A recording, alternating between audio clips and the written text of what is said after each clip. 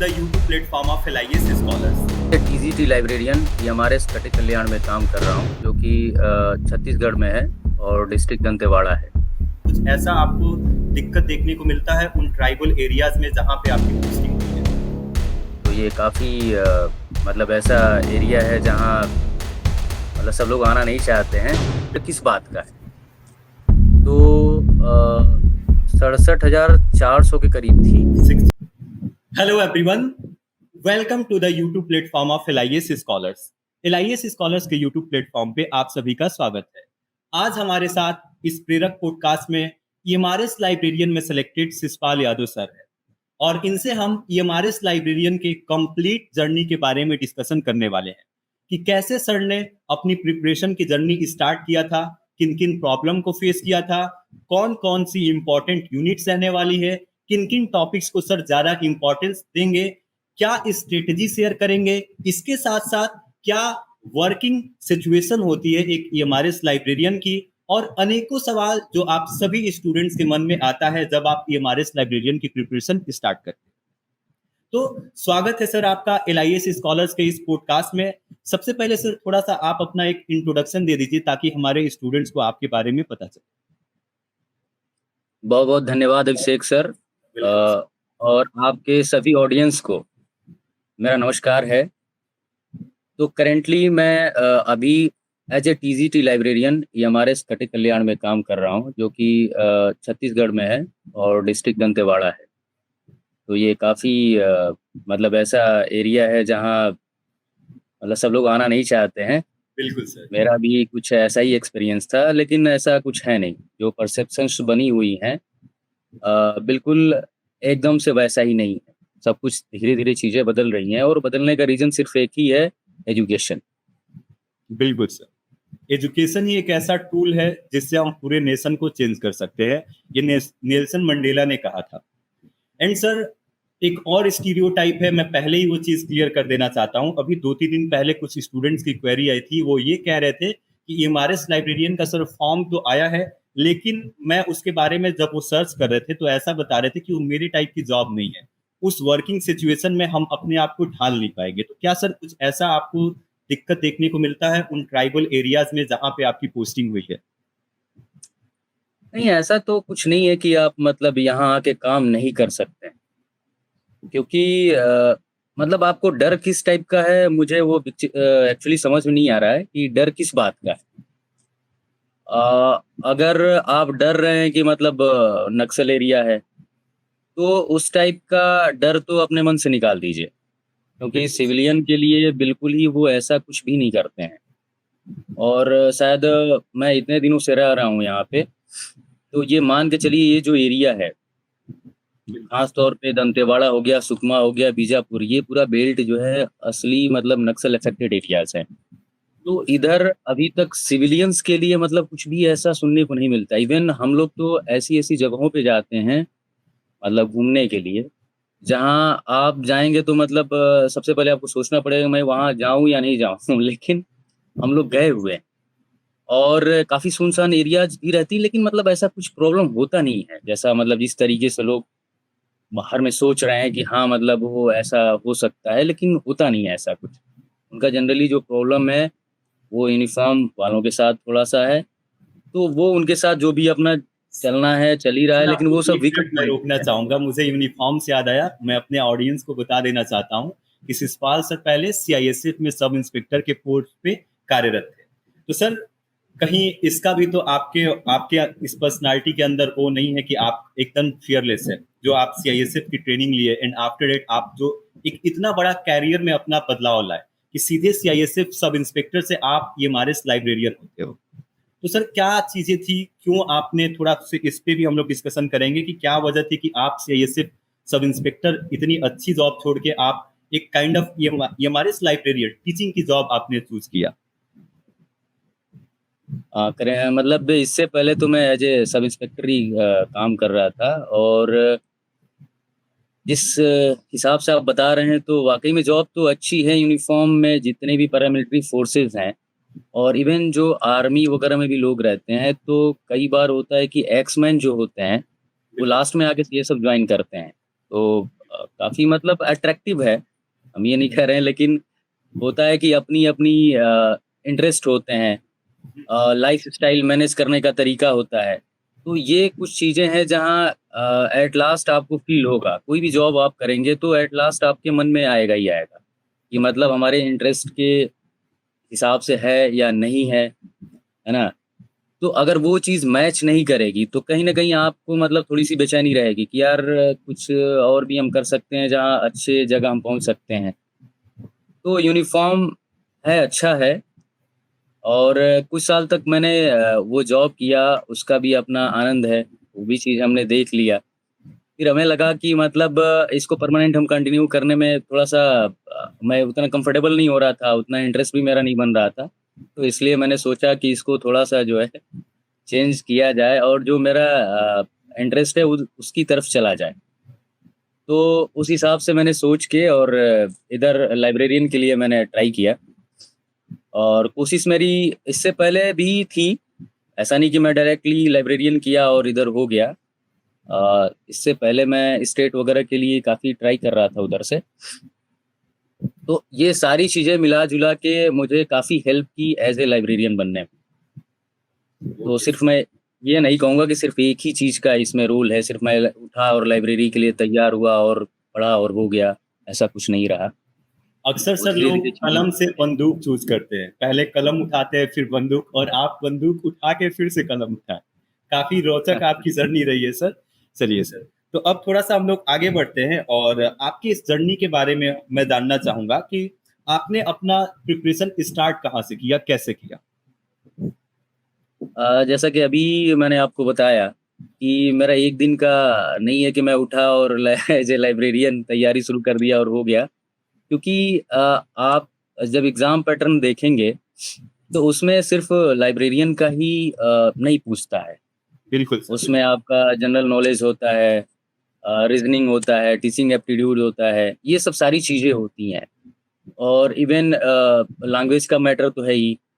Yes, आप सबको पता होगा, शायद कट ऑफ वगैरह देखे होंगे, यस, तो यस, ये काफ़ी मतलब आपके सिलेक्शन में एक फैक्टर रहने वाला है, मतलब लैंग्वेज। यस।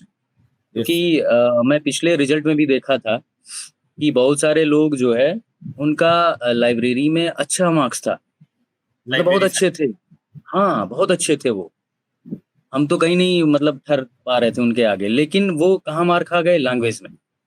तो ये चीज़ें आपको ध्यान रखनी है कि जो रीजनल लैंग्वेज आप चूज़ कर रहे हैं, वो चीज़ आपकी सही होनी चाहिए। मतलब उसमें उसमें भी सर ऑप्शंस हम जो लोग देते हैं। आएँगे, इस बार हमें थोड़ा-सा पैटर्न में भी बदलाव देखने को मिला है। तो हाँ जी। आपने जो भी बताया इससे एक चीज़ तो क्लियर हो गई कि क्रांति एक दिन में नहीं होती है। डेली कुछ हाँ, ना हाँ, कुछ हाँ। होता है, फिर एक दिन हमें बड़ा और बदलाव देखने को मिलता है। मैं ये कह सकता हूँ कि जो लाइब्रेरी वाला पोर्शन है, वो मैंने लेट स्टार्ट किया। बाकी इसके पहले जैसे मान लिया आप सीपीयू वगैरह की ही एग्ज़ाम देते हैं, तो उसमें रीज़निंग वगैरह, मैथ वगैरह आता ही है। इसके अलावा फिर मैं स्टेट वगैरह के एग्ज़ाम्स जब देना चालू किया था, तो उस समय मैंने जीएस अपनी अच्छी करी। बिल्कुल उस सर। टाइम पे ये सारी चीज़ें मेरी मतलब अच्छी चलने लगी। इवन हिंदी का भी मैं बता रहा हूँ, हिंदी का भी मेरा वहीं से थोड़ा-सा और स्ट्रॉन्ग हुआ। तो जो एमआरएस की जो वैकेंसी आई ना, तो उसमें मेरा जो सबसे बड़ा फैक्टर काम किया कि ये जो आपका जनरल वाला चीज़ है, फर्स्ट पेपर वाला, वो चीज़ हमारा पहले से मतलब बहुत ज़्यादा इसमें मेहनत करने की मुझे ज़रूरत नहीं पड़ी। उसका बिल्कुल सर, फ़ायदा ये, मैं बिल्कुल, सीधे फ़ोकस्ड किस पे रहा, जो सेकंड पार्ट था, जो सब्जेक्टिव था, जो मतलब जो सब्जेक्ट वाला जो चीज़ था, बिल्कुल उस सर। पे मेरा फ़ोकस था और उसमें मैं सही कर गया, तो इसलिए और यही थोड़ा-सा सर बार-बार हो गया। स्टूडेंट्स मेरे से भी कंसर्न करते हैं कि सर टियर 1 जो अभी हुआ है जनरल पेपर, उसकी प्रिपरेशन कैसे करें? और बार-बार मैं एक ही सजेशन देता हूँ कि अगर आपने कभी भी लाइफ में गवर्नमेंट जॉब की प्रिपरेशन की है, तो आपको टियर 1 की चिंता करने की बिल्कुल भी ज़रूरत हाँ, नहीं है। हाँ। सर ये तो एमआरएस की बात है, स्कूल लेवल की बात है। इवन मैं बता रहा हूँ कि जो पीसीएस वगैरह के एग्ज़ाम होते हैं ना, तो उसमें भी काफ़ी लोग फर्स्ट पेपर में आउट हो जाते हैं। बिल्कुल सर, बिल्कुल। जबकि हमारे लिए जब मैं दिया था 18-18 में मैं दिया था, उस टाइम पे मैं यही देखा कि इलाहाबाद के जो लड़के थे, जो भी तैयारी करने वाले लोग थे, उनमें काफ़ी अच्छे थे, लेकिन वो मार कहाँ खा गए थे? फर्स्ट पेपर में। पेपर 1 में। तो ये जो है, जबकि हमारे लिए क्या था, लग रहा था कि फर्स्ट पेपर में कैसे आउट हो जाएँगे? बिल्कुल, जबकि है ना? तो हम मैं लोगों आपकी के लिए फीलिंग के साथ नॉर्मल अच्छे इसलिए से लग रहा है रिलेट क्योंकि कर हम पा लोग रहा हूँ। पहले से धीरे-धीरे किए रहते हैं, तो हम लोगों के लिए नॉर्मल लगता है और जो नहीं किए हैं उनके लिए टफ़ है। तो ये चीज़ आपको कभी न कभी तो करनी ही है। आज करिए, जी। कल करिए, जब भी करिए लेकिन आपको इसमें भी आपको स्ट्रॉन्ग रहना पड़ेगा। तो सर क्या आप सारे व्यूअर्स को एक क्रेडिबल सोर्स बता सकते हैं? मुझे लगता है कि सर जहाँ तक मेरे से पूछा जाता है, मैं बार-बार यही कहता हूँ कि आप जनरल पेपर की तैयारी यूट्यूब से कर सकते हो। जैसे यूट्यूब पे इंडिया के टॉप एडुकेटर्स हैं, उन्होंने मैथ्स की series, general reasoning, general GK, GS, language, Hindi, English सारी फ्री में डाल रखी है। तो क्या सर यूट्यूब आपके हिसाब से एक सही सोर्स है पेपर 1 की ऐसे एज़ अ बिना किसी कोर्स ज्वाइन किए तैयारी करने के लिए? हाँ, दोनों चीज़ें सही है। अगर आपके पास अच्छी किताबें हैं तो उसका सहारा लीजिए। अगर उसमें समझ में नहीं आ रहा, आपको लग रहा है कि हाँ, मुझे और थोड़ा-सा समझने में सहायक कोई चीज़ हो सकती है, तो आपको गो थ्रू तो होना पड़ेगा। यूट्यूब आपके लिए काफ़ी अच्छा है। हम सभी के लिए अच्छा है। इवन मैं भी जब तैयारी कर रहा था तो ऐसा नहीं था कि मैं इतना बड़ा मतलब पढ़ाकू हूँ या फिर ऐसा कुछ रहा कि मतलब मैं उठा और उधर तैयार करके पहुँच गया। मैंने भी काफ़ी यूट्यूब का यूज़ किया हुआ है और उसी से ज़्यादातर चीज़ें मैंने सीख रखी है। तो बिल्कुल इसको सर। यूज़ करना चाहिए। सर एक और चीज़ आपके सुनना चाहूँगा आपसे वो ये है कि कोई भी स्टूडेंट जब प्रिपरेशन करता है, तो स्टार्टिंग के दिनों में वो बहुत ज़्यादा डिसिप्लिन्ड रहता है, बहुत ज़्यादा मोटिवेशन दिखाता है, लेकिन जैसे इन डेज़ आते हैं, धीरे-धीरे वो डिसिप्लिन, वो कंसिस्टेंसी, वो मोटिवेशन डाउन होने लगता है। तो आप कैसे डिसिप्लिन्ड रहे? क्या इसके पीछे आपकी फ़ोर्स जो आपने सीआईएसएफ में सीखा था, वो रहा? कैसे आपने टाइम मैनेजमेंट किया? इसको भी मैं जानना चाहूँगा, क्योंकि ये बहुत बड़ी बात है कि फ़ोर्स जैसी इतनी टफ जॉब के साथ आप अपनी प्रिपरेशन को साइड से कैरी किए। जहाँ तक मुझे याद आ रहा है सीआईएसएफ में कोई फिक्स टाइम शेड्यूल नहीं होता है ड्यूटी का। कभी नाइट ड्यूटी होती है, कभी इवनिंग, कभी आफ्टरनून में। तो कैसे सर आपने टाइम मैनेजमेंट किया और डिसिप्लिन का क्या फैक्टर रहा आपकी प्रिपरेशन में? एक्चुअली सच कहें तो ये जो मेरा इंटरव्यू चल रहा है उसमें सबसे बढ़िया क्वेश्चन मैं इसी को मानूँगा बिल्कुल सर। क्योंकि ये जो चीज़ अभी मैं आपको बताऊँगा तो जैसे आपने अभी बताया कि कोई फ़िक्स ड्यूटी का टाइम नहीं होता है, तो सच कहूँ तो एक बहुत बड़ा रीज़न है मेरा उधर से इधर शिफ्ट होने का भी। क्योंकि एक लाइफ़स्टाइल आपकी होनी चाहिए फ़िक्स टाइप की थोड़ी-सी ऐसी हो बिल्कुल, कि जो खुद को भी आप समय दे सकें। वो चीज़ें वहाँ मुझे कम मिल रही थी। बिल्कुल सर। तो जो बिल्कुल ही सब कुछ शेड्यूल है वो तो मैं बहुत सारी चीज़ें मैं डिस्क्लोज़ नहीं करना चाहता हूँ। हाँ, समझ रहे हैं फिर सर। भी मैं एक थोड़ा-सा आइडिया दूँगा कि वहाँ का जो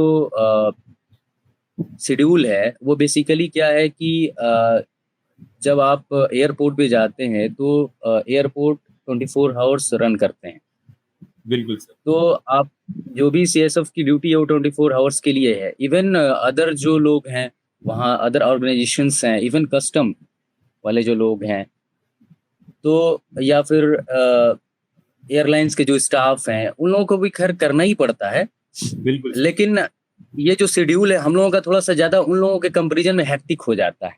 क्योंकि हमारा जो शिफ्ट का था टाइमिंग वो ऐसा था कि सी से आपको बी जाना है, बी से ए जाना है। तो ये जो शेड्यूल है 3-3 दिन का, कई बार 3 से 4 दिन का ऐसे चलता है।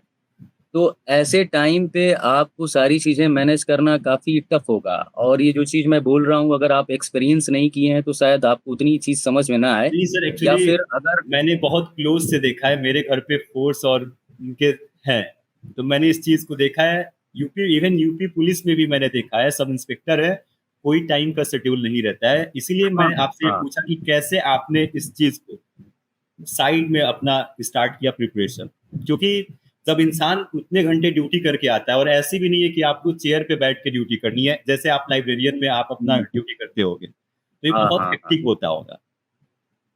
बिल्कुल, बिल्कुल, मैं वही चीज़ बता रहा हूँ कि अब जैसे कई बार होता है, लोग सोचते हैं नाइट ड्यूटी होगी तो मतलब कहीं कई बार उनको जो है आराम भी कर रहे होंगे, लेकिन ऐसा कुछ वहाँ इतना होता नहीं है। आप नाइट ड्यूटी में हैं तो मतलब आप जगे हैं तो 8-9 घंटे जो भी आपका ड्यूटी बिल्कुल सर। शेड्यूल है, उसमें पूरी आपको जगना सिक्योरिटी ही है। आपके हाथ में है।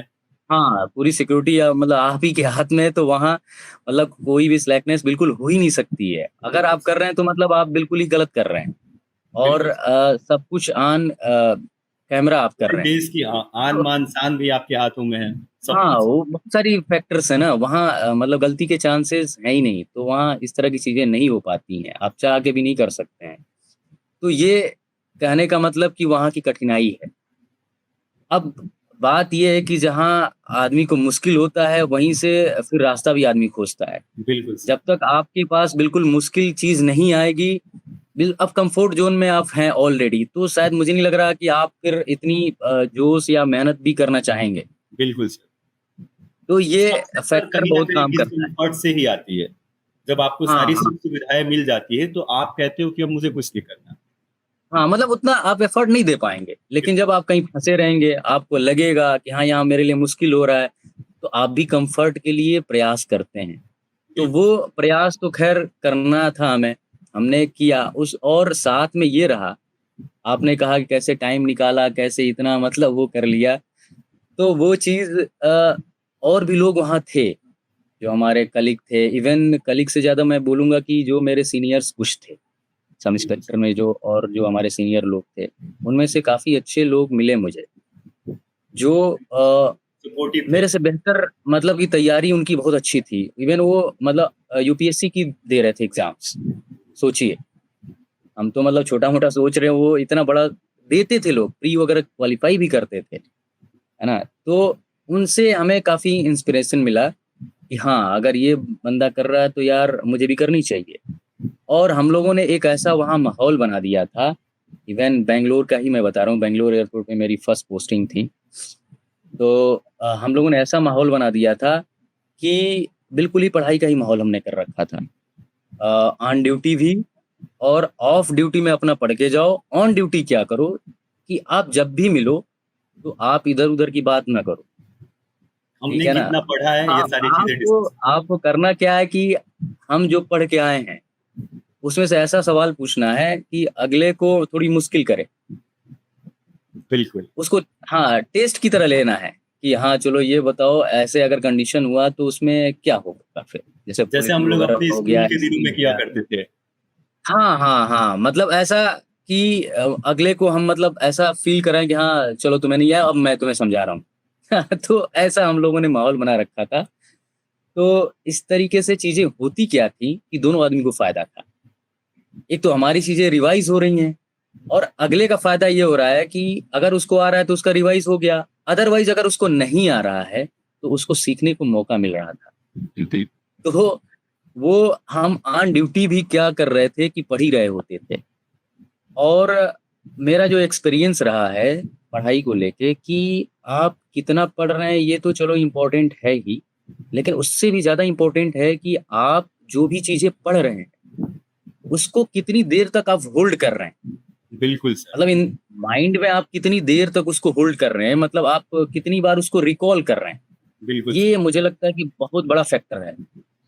और आपको भी हो सकता है कि आप धीरे-धीरे पढ़ाई जब जारी करेंगे, इसमें हार्ड वर्क करनी जब चालू करेंगे, तो ये चीज़ आपको भी फ़ील होगी बिल्कुल कि सर। हाँ, होल्ड करना ज़्यादा इम्पोर्टेंट है।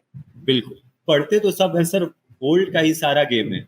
अगर आप हाँ, होल्ड उसको करोगे तभी आप एग्जाम में बेहतर कर तो पाओगे। हमारा फ़ायदा ये होता था कि हमको अलग से मतलब रिवाइज़ रूम पे आके नहीं करना पड़ता था। बिल्कुल मैं सर। क्या करता था, रूम पे आके सिर्फ़ नई चीज़ें पढ़ता था। रिवाइज़ मैं बहुत कम करता था। जब मैं ऑन ड्यूटी होता था, तो माइंड का ज़्यादा खेल नहीं रहता था। बिल्कुल सर। तो मेरा माइंड मोस्टली, अगर कहीं ऐसी बैठने वाली या खाली जगह मिल गई, जहाँ मतलब ऐसी ड्यूटी पोस्ट रही, तो वहाँ तो मैं पेन पेपर का यूज़ करता था। और जो मैं चीज़ें पढ़ के आता था, उसको वहाँ लिखता था, बिल्कुल। ठीक है? तो और 1 मिनट सर, 1 मिनट मैं लूँगा। हाँ, तो अभी सर ने बहुत इम्पोर्टेंट स्ट्रैटेजी बताई है कि आपको रिवीजन कैसे करना है। आपको अपना कंटेंट प्रिपेयर करना है, अपना सिलेबस, अपने टॉपिक्स पढ़ने हैं और रिवीजन कैसे करना है, तो आप लोग पेन पेपर सबसे ओल्ड स्कूल थ्योरी है। ओल्ड स्कूल एक तरीके का मॉडल है, जिससे आप बेस्ट रिवीजन कर सकते हो कि आपने जितना पढ़ा, एक आपने A4 साइज का पेपर लिया, एक पेन लिया और उसको आप नोट किए कि कितना हमने अपने माइंड में होल्ड किया है। हमने 100% पढ़ा और उसका 20%, 30%, 40% कितना हमें अब तक याद है। ये सही तरीका होता है रिवीजन का। और रिवीजन ये शॉर्ट नोट्स के फॉर्म में होता है। जब आप 5 पेज पढ़ोगे और उसका ऑब्स्ट्रैक्ट आप एक पेज में करोगे तो ये बेस्ट फॉर्म ऑफ रिवीजन माना जाता है। ओके सर, कंटिन्यू करिए आप। तो ऐसे हम लोग मतलब रिवाइज करते थे और कई बार हम ऐसे करते थे, कई बार क्या इन प्रैक्टिस हमारी रहती थी कि जब भी हम ड्यूटी के लिए निकलते थे तो मेरी ये प्रैक्टिस रहती थी कि जो भी चीज़ें हमने पढ़ रखी उस दिन की, मतलब ड्यूटी जाने से पहले, मतलब बिल्कुल आने के और जाने के बीच में जो भी हमने नई चीज़ें पढ़ रखी है, अब उसमें स्टैटिक जीके भी होता था और करंट भी होता था। बिल्कुल तो सर। उन दोनों चीज़ों का मैं क्या करता था, पॉइंट वाइज एक छोटी डायरी रखता था। बिल्कुल सर। उस पे छोटे-छोटे मतलब ऐसे लिखा रहता था, मतलब शॉर्ट में, जो मुझे समझ में आ जाए। बिल्कुल ताकि अगर मान लो ऑन ड्यूटी मैं रिवाइज़ कर रहा हूँ, रिकॉल कर रहा हूँ और चीज़ें मैं अगर भूल गया, तो वो चीज़ें आपकी मदद करेगी, फिर वो डायरी मदद करेगी कि अच्छा ये चीज़ के बाद मैं भूल रहा हूँ। तो बिल्कुल सर। ये बहुत बड़ा फैक्टर था और मतलब ये मान के चलिए मैं इसको बहुत बड़ा फैक्टर मानता हूँ, कि ये जो तरीका है आपका होल्ड करने का, ये बड़े एग्ज़ाम्स में बहुत काम आता बिल्कुल सर। है ना? क्योंकि जो बड़े एग्ज़ाम्स होते हैं, जो ऑप्शंस देते हैं ना, काफ़ी सिमिलर ऑप्शंस देते हैं। तो आप अगर एक बार गए हैं पढ़ के, तो आपका दिमाग चारों पे क्लिक करेगा। हाँ, ये भी सही है, ये भी सही है, ये भी सही है। लेकिन आप जब कई बार रिकॉल किए हुए हैं, दिमाग में कई बार उसको होल्ड करके रखे हुए हैं काफ़ी देर तक, तो वो आपका माइंड वहीं पे जाएगा जो करेक्ट ऑप्शन है। बिल्कुल तो इसका मतलब बहुत बड़ा फ़ायदा होता है। सर। ओके सर, तो तो ये मतलब चीज़ पूरी। थी हमारी, मतलब स्ट्रेटजी ऐसे थी। और इंस्पिरेशन कैसे मिलता था कि जो सीनियर लोग थे, तो वो लोग भी तैयारी करते थे। तो हमें लगता था, जैसे हमने एक बार एग्ज़ाम दिया, नहीं हुआ, तो हमें लगता था यार चलो नहीं हुआ तो मतलब ऐसा थोड़ी कि हमें बैठ जाना चाहिए। अगर ये लोग भी कर रहे हैं, हमसे उम्र में भी ज़्यादा हैं, तो यार हमें भी करनी चाहिए, हमें भी हार नहीं माननी चाहिए। बिल्कुल तो सर। इस तरीके से हम लोग का मतलब हमारे सीनियर्स ही हमारे इंस्पिरेशंस थे। मतलब ये कहीं ये न ये कहीं चीज़ एक था। हेल्दी कंपटीशन भी आपके और आपके सीनियर्स के बीच में था कि हाँ, आई हैव टू हाँ, आल्सो डू हाँ। दैट। हाँ, सबसे बिल्कुल। बड़ा तो मेरा सबसे बड़ा यही था कि जो सर हमारे थे, एक नॉर्थ ईस्ट के सर थे वो, तो उनकी यूपीएससी वगैरह की काफ़ी अच्छी तैयारी थी। और जब मैं शुरू के दिनों में उनसे बातचीत करनी शुरू की, तो मैं अपने हिसाब से, अब उस टाइम पे मुझे क्या था कि जीके वगैरह नहीं आती थी, मतलब बिल्कुल मैं नील था। क्योंकि सीजीएल वगैरह, एसएससी वगैरह में इतना आदमी जीएस के पीछे नहीं भागता है। तो उस टाइम जब मैं पढ़ना चालू किया, तो पॉलिटी का एक चैप्टर मैं पढ़ के आया बीच से कहीं से। अच्छा, और वो उसमें से मैं अपने कौन-सा हिसाब चैप्टर था से सर वो? मुझे हाँ, कौन-सा चैप्टर था, रिकॉल कर पा रहे हैं आप? ये मुझे लग रहा है निर्वाचन आयोग वाला ही शायद चैप्टर अच्छा, था। इलेक्शन कमीशन, एम हाँ, हाँ। लक्ष्मीकांत तो से। हाँ, हाँ। अच्छा, अच्छा। तो इसका मैं एक चैप्टर पढ़ के गया। मैंने सोचा कि आज पूछता हूँ चल के, क्योंकि मैं तो रैंडमली उठाया था और उस टाइम मुझे पढ़ने भी नहीं आता था कि हाँ, मुझे शुरुआत कहाँ से करनी चाहिए, कैसे पढ़ना चाहिए, तो मैं ऐसे ही उठा लिया था। मैं सोचा एक चैप्टर पढ़ के जाता हूँ और सर से पूछता हूँ, देखता हूँ क्या है। हैं? तो वो चीज़ मैं पढ़ के गया और उसमें से जब आप पहली बार पढ़ेंगे तो आप बहुत डीप वाली चीज़ नहीं पूछ सकते। बिल्कुल सर। तो मैं अब पहली बार पढ़ के गया, तो उसी हिसाब से मैं क्वेश्चन पूछ रहा था, वो सारे जवाब दे रहे थे। तो मुझे लगा कि यार ये बंदा वाक़ई में मतलब बहुत पढ़ा लिखा है। अच्छा, अच्छा। और उसी चैप्टर से उन्होंने क्वेश्चन पूछा और वो क्वेश्चन मुझे नहीं आया। तो ये चीज़ें हम लोगों को मतलब बहुत इंस्पायर कर रही थी बिल्कुल कि सर। यार ये बंदा उसी मैं पढ़ के आया हूँ, जबकि वो चैप्टर वो उसी दिन पढ़ के नहीं आया हुआ है, ये तो पहले से कभी का पढ़ा होगा। बिल्कुल सर। ये चीज़ें हमें इंस्पायर कर रही थी कि मतलब हम लोग काफ़ी पीछे हैं, हमें और मेहनत करनी चाहिए और समझने और डीप में जाना चाहिए। तो ये काफ़ी हमें मतलब की चीज़ें मदद की। तो ये रहा। तो मतलब आपकी इस जर्नी से एक बात तो क्लियर हो गई कि इंसान के अंदर स्पिरिट ऑफ लर्निंग होना चाहिए, विल पावर होना चाहिए कि बिल्कुल, हमें बिल्कुल, सीखना है, बिल्कुल। हमें करना है। और कहीं न हाँ, कहीं यही दोनों चीज़ें आपको इस मुकाम पे आज लाई है कि आप अपनी कम्फर्ट की जॉब आज कर रहे हैं। चलिए सर, बढ़ते हैं थोड़ा-सा अगले सेगमेंट पे और अभी हम प्रेज़ेंट की बात करने वाले हैं कि एज़ अ एमआरएस लाइब्रेरियन आपका रोल क्या है? इसकी थोड़ी स्पष्टता आप कर दीजिए। आपकी जो स्कूल लाइब्रेरी है, उसमें आपको क्या काम करना पड़ता है? आपके स्कूल में क्या काम करना पड़ता है? क्योंकि सर अ, अब लाइब्रेरी साइंस के हम दोनों इसी फील्ड से हैं और हमको एक डार्क चीज़ पता है कि जो हमारा फील्ड है, यहाँ पे एक बहुत गंदी चीज़ हमें ये देखने को मिलती है, ख़ास तौर से स्कूल लाइब्रेरियन में। जैसे जो गवर्नमेंट स्कूल नहीं है, अच्छे-अच्छे सीबीएसई बोर्ड के जो स्कूल है, जिनकी सैलरी बहुत अच्छी है, लेकिन वो लाइब्रेरियन को हमेशा एंगेज करके रखते हैं, क्लर्क के वर्क में, ऑफिस के वर्क में ये। तो क्या सर केवीएस, ईएमआरएस, एनबीएस ऐसे संस्थाओं में भी कुछ ऐसा हमें देखने को मिलता है, या फिर आपको आपका रोल क्लियर है कि मैं लाइब्रेरियन हूँ और इसके अलावा अगर कुछ टीचिंग का काम आपको दिया जाएगा तो you are okay with that कि हाँ मैं पढ़ाऊंगा, but I am not okay with clerical work and office office work जो एज अ क्लर्क कराया जाता है। ये सर बहुत सारे स्टूडेंट्स मेरे से पूछ चुके हैं।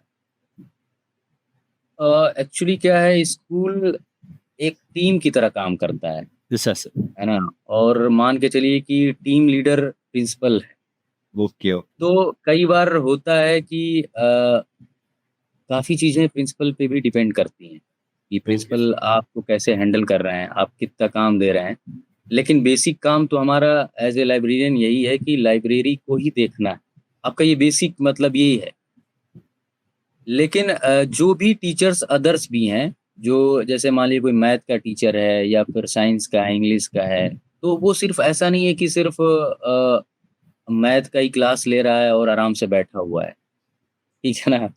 वो तो मैं समझ सकता हूँ सर, क्योंकि हमारी जो हाँ, एकेडमिक लाइब्रेरी होती है, स्कूल लाइब्रेरी होती है, इसका ऑब्जेक्टिव ये होता है कि स्कूल के जितने भी लर्निंग एक्टिविटीज हो उनमें हाँ, एक्टिवली रूप से पार्टिसिपेट करना, तो सबसे ज्यादा रिस्पॉन्सिबिलिटी हमारी होती है हर एक प्रोग्राम को सक्सेसफुल बनाने के लिए, हर एक एक्टिविटी को बेहतर तरीके से कराने के लिए। तो इसीलिए मैं आपसे थोड़ा सा सवाल पूछा हूँ, क्योंकि बहुत सारे स्टूडेंट ऐसा सोचते हैं कि उनसे बहुत काम कराया जाएगा। और मुझे लगता है कि सर जो ये लर्निंग एक्टिविटीज होती है बच्चों के साथ जब आप मिलते हो, आप लाइब्रेरी में ठीक है आप एक लाइब्रेरियन की तरह वर्क कर रहे हो, किताबों के बीच में हो, एक अलग ही फील है। लेकिन जब आप बच्चों के बीच में जाते हो, कुछ एक्टिविटीज में इन्वॉल्व होते हो, फिर आपको और अच्छा लगता है। एम आई राइट सर? बिल्कुल राइट हैं, क्योंकि मैं जिस उद्देश्य से इधर आया था, मैं सोचा था कि और आगे मतलब मैं थोड़ा अलग लेवल सोचता था कि एटलीस्ट पीसीएस में मुझे करना है।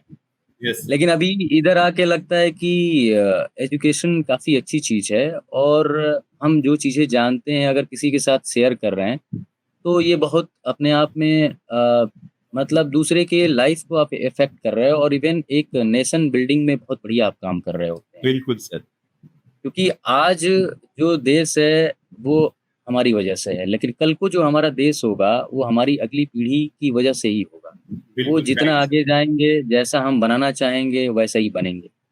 तो ओके। मेरे हिसाब से तो यही लगता है कि ये बहुत ही अपने आप में बढ़िया टास्क है। बहुत, अगर देश सेवा भी कहें तो सबसे बढ़िया मैं देश सेवा इसको मानूँगा। क्योंकि आप यहाँ से क्या कर रहे हैं, देश को सीधे-सीधे बना रहे हैं। कहाँ बिल्कुल जाना सर। है देश को। बिल्कुल सर। तो ये अपने आप में बहुत ही अच्छी चीज़ है। एक तो ये हो गया। दूसरी चीज़ ये कह सकते हैं कि स्कूल का जो वर्किंग एनवायरनमेंट वगैरह है, वो बहुत ही बढ़िया है। मतलब इससे भी सर एक शुरू सा मैं आपको एक मिनट रोकना चाहूंगा। एक स्टूडेंट थी और फीमेल थी, उनका ये सवाल था कि जो ये एमआरएस के क्वार्टर होते हैं और जो वर्किंग कंडीशन होता है वो कैसा होता है, क्योंकि वो कहीं यूट्यूब पे चेक किया था, किसी एमआरएस लाइब्रेरियन जो सिलेक्टेड है उन्होंने डाला था और उन्होंने बहुत नेगेटिव चीजें रख दी होंगी और इस वजह से वो परेशान थे। तो आप सर थोड़ा सा इसको एक बार हमारे व्यूअर्स को बताएं कि कैसा वर्किंग कंडीशन होता है ये एमआरएस लाइब्रेरियन का, क्वार्टर से लेके हर चीज। देखिए, वर्किंग का तो मैं आपको अभी हाँ बता ही सर रहा आप। हूँ कि वर्किंग में ऐसा कुछ भी नहीं है। आपसे इतना काम नहीं ले लिया जाएगा कि आप मतलब जो है ऐसे बुरा हाल हो जाएगा आपका। उससे ज्यादा काम तो लेकिन सर मुझे किसी। लगता है कि देखिए, आप कोई भी जॉब करेंगे कहीं बिल्कुल। भी, तो काम तो ख़ैर करना ही है। बिल्कुल सर। थोड़ा कहीं 19 हो सकता है, कहीं 20 हो सकता है। बिल्कुल। और आप अगर प्राइवेट सेक्टर में चले जाएँ, तो अगर वहाँ तो किसी ने कर रखी होगी या फिर आपका कोई जानने वाला होगा, तो आप उससे भी बात कर सकते हैं। बिल्कुल सर, वहाँ तो तो अभी बहुत गंदी हालत। पहले जैसी चीज़ें नहीं रह गई हैं, जो एक पीढ़ी पहले जो चीज़ चल रही थी कि हाँ, सरकारी नौकरी का मतलब आप बैठे हुए हैं आराम से, और जो है कस्टमर आया हुआ है, आप बोल रहे हैं ठीक है 2 बजे खुलेगा। तो ये सब चीज़ें तो अब कहीं भी नहीं हैं। बिल्कुल ये किसी सही भी बात है सर, ऐसा बदलाव होना भी चाहिए। आप कोई भी, अंटिल आप नेता नहीं हो, अगर आप नेता हो फिर आप अपने ड्यूटी से परे हो, लेकिन आप एक मैं गवर्नमेंट। मैं इसलिए ये सब चीज़ें मैं इसलिए बोल रहा हूँ, क्योंकि मेरा ये पर्सनल एक्सपीरियंस है। एयरपोर्ट सेक्टर में आप चले जाइए, एयरपोर्ट पे जो इंडिगो की स्टाफ हैं, अदर एयरलाइंस की स्टाफ हैं, आप देखिए वो अगर ड्यूटी आते हैं तो कैसे काम करते हैं, उनकी बिल्कुल सर। सैलरी कितनी है। आप उस उन्हीं से अंदाज़ा लगा सकते हैं कि आपको यहाँ कितनी सैलरी मिल रही है और आपको काम कितना करना पड़ रहा है, बिल्कुल सर। ठीक है। यहाँ कम से कम एटलीस्ट आपको रिस्पेक्ट है।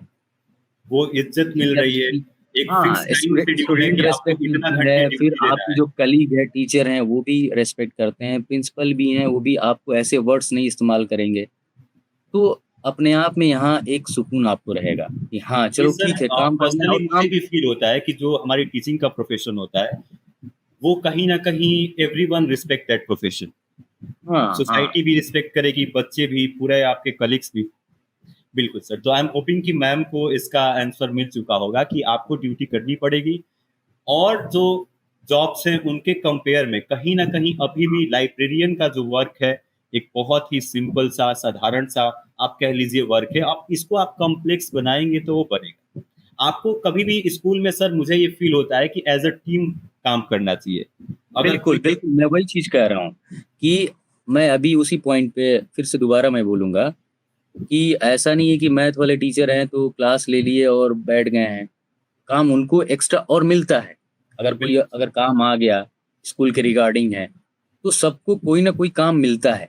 अब उस केस में अगर बाकी लोग पढ़ाने के अलावा भी काम कर रहे हैं, बिल्कुल तो सर। आप तो मान लीजिए लाइब्रेरी में हैं, अगर क्लास ले रहे हैं तो चलो अच्छी बात है, अगर नहीं ले रहे हैं, तो आप तो सॉफ्ट टारगेट है ना भाई कि आप मतलब जो है केवल लर्निंग लाइब्रेरी में बैठे एक्टिविटी हुए हमारा कर्तव्य है, तो वी हैव टू तो वो सबकी पार्टिसिपेट। नज़र में एक रहेगा कि यार बिल्कुल सैलरी हमारे बराबर ही लेता है और देखो आराम से बैठा हुआ भी है। तो ये अच्छा, चीज़ अच्छा। क्या है, सभी के माइंड में होता है। टीचर के बिल्कुल, माइंड में जो दूसरे होते हैं और इवन जो प्रिंसिपल होता है उसको भी पता होता है। तो जो छोटे-मोटे काम आते रहते हैं बीच-बीच में तो वो चाहते हैं कि ठीक है बाकी टीचर पढ़ा रहे हैं और उनको भी काम मिला हुआ है, तो आपको भी जो है कुछ काम मिले, तो वो देते हैं। गॉट इट तो सर, इसमें गॉट इट। हाँ, हाँ, तो इसमें बहुत ज़्यादा मुझे नहीं लग रहा है सोचने की बात है। अगर आपको काम ज़्यादा लग रहा है, ज़्यादा हो रहा है बाकी के कंपैरिज़न में, तो आप बोलिए, बताइए वहाँ पे कि सर बिल्कुल, ये हमारा काम नहीं है और या फिर हमसे ज़्यादा हो रहा है सर, तो उनसे थोड़ा रिक्वेस्ट मोड में भी बात कर सकते हैं बिल्कुल, कि सर मैं लाइब्रेरी का काम जो करना है, मैं वही नहीं कर पा रहा हूँ अच्छे तरीके से और हमारा काम बिल्कुल। का बर्डन बढ़ गया है। तो ओके, अगर थोड़ा कुछ कम हो सकता है, तो सर हमारे लिए बेहतर होगा, ओके, लाइब्रेरी के लिए बेहतर होगा। तो इस ओके। तरीके से आप अपनी बात रख सकते हैं और अगला सुनेगा भी ऐसा नहीं है कि मतलब एकदम से आपके पीछे पड़ा रहा होगा, तो ऐसा ओके नहीं सर, होगा। Got it. लाइब्रेरी से याद आया सर कि लाइब्रेरी में आपको क्या करना पड़ता है? जैसे आपका सिलेक्शन हुआ होगा, आपकी जॉइनिंग हुई, आप पहली बार स्कूल गए, अपनी लाइब्रेरी में गए, तो वहाँ से जो आपका वर्किंग स्टार्ट हुआ, तो हुँ। एक अगर स्टूडेंट आज सेलेक्ट होके एमआरएस लाइब्रेरियन बन के जाता है, तो अपनी लाइब्रेरी में उसको क्या-क्या चीज़ें करनी पड़ती हैं? लाइब्रेरी में जो कुछ रजिस्टर्स हैं, बेसिकली उन पे आपका फ़ोकस रहना चाहिए। बिल्कुल, वो चीज़ें आपकी जो मतलब हमारा एक्सेशन लाइब्रेरी रजिस्टर होता है, हाँ, हाँ, ये हाँ। सारी चीज़ें। तो ये सब चीज़ें आपकी मेंटेन रहनी चाहिए। मेन काम मान के चलिए एक तरीके से जो आपका डॉक्यूमेंट वाला है, ये ओके रहना चाहिए। जैसे पीरियोडिकल रजिस्टर है, हाँ सर, तो अगर न्यूज़पेपर आ रहे हैं आपने मैगज़ीन लगवा रखी है, तो इनकी जो भी चीज़ें हैं, इस रजिस्टर में मेंटेन होनी चाहिए डेली के हिसाब से। जैसे न्यूज़पेपर तो डेली आना है, हाँ मैगज़ीन तो बिल्कुल। वीकली आ सकती जो है भी या फिर पीरियोडिकल्स मंथली है आ वो तो सकती है। अपने टाइम पीरियड पे हाँ, आएँगे। हाँ। तो ये रजिस्टर्स आपको मेंटेन करके रखना है। इसके अलावा बुक इश्यू डिपॉज़िट का है, स्टूडेंट के लिए अलग रख लिया, स्टाफ के लिए अलग रख लिया, फिर स्टॉक के लिए अलग रख लिए, फिर आपका जो है जो टेक्स्ट बुक आती है, उसके लिए भी अलग से रजिस्टर बनाना पड़ता है, बिल्कुल क्योंकि सर। वो कंज़्यूमेबल में आता है। मतलब एक बार तो हमने सर दे दिया जब आप पहली बार गए तो क्या आपको ट्रेनिंग भी दी गई थी? अभी तक तो ट्रेनिंग नहीं हुई है हमारी तो क्योंकि मोस्ट सर प्रोबेबल है कि इस जैसे साल होने यूजीसी हो चाहिए। गया, यूजीसी, आरआरआरएलएफ जो हमारी संस्थाएँ हैं, वो वर्कशॉप और ट्रेनिंग ऑर्गेनाइज़ करती है ताकि प्रोफेशनल डेवलपमेंट हो हम लाइब्रेरियंस का। तो अभी तक ऐसा कुछ आपके साथ हुआ कि कोई ट्रेनिंग वर्कशॉप आपको कराया गया हो?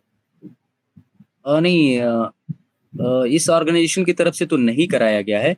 बाकी एक मैंने खुद से एक किया था कैटलॉगिंग का शायद था, अच्छा। तो कॉल नंबर वगैरह से संबंधित था। तो वो चीज़ मैंने किया था, तो कैसे आर्टिफ़िशियल इंटेलिजेंस का इस्तेमाल करके वो करते हैं, तो काफ़ी ईज़ी है, वो तो बहुत बड़ी चीज़ नहीं है। तो बेसिकली सर जो एक स्कूल लाइब्रेरियन की जॉब है, वो उतना भी टफ नहीं है जितना स्टूडेंट्स ने मान रखा है।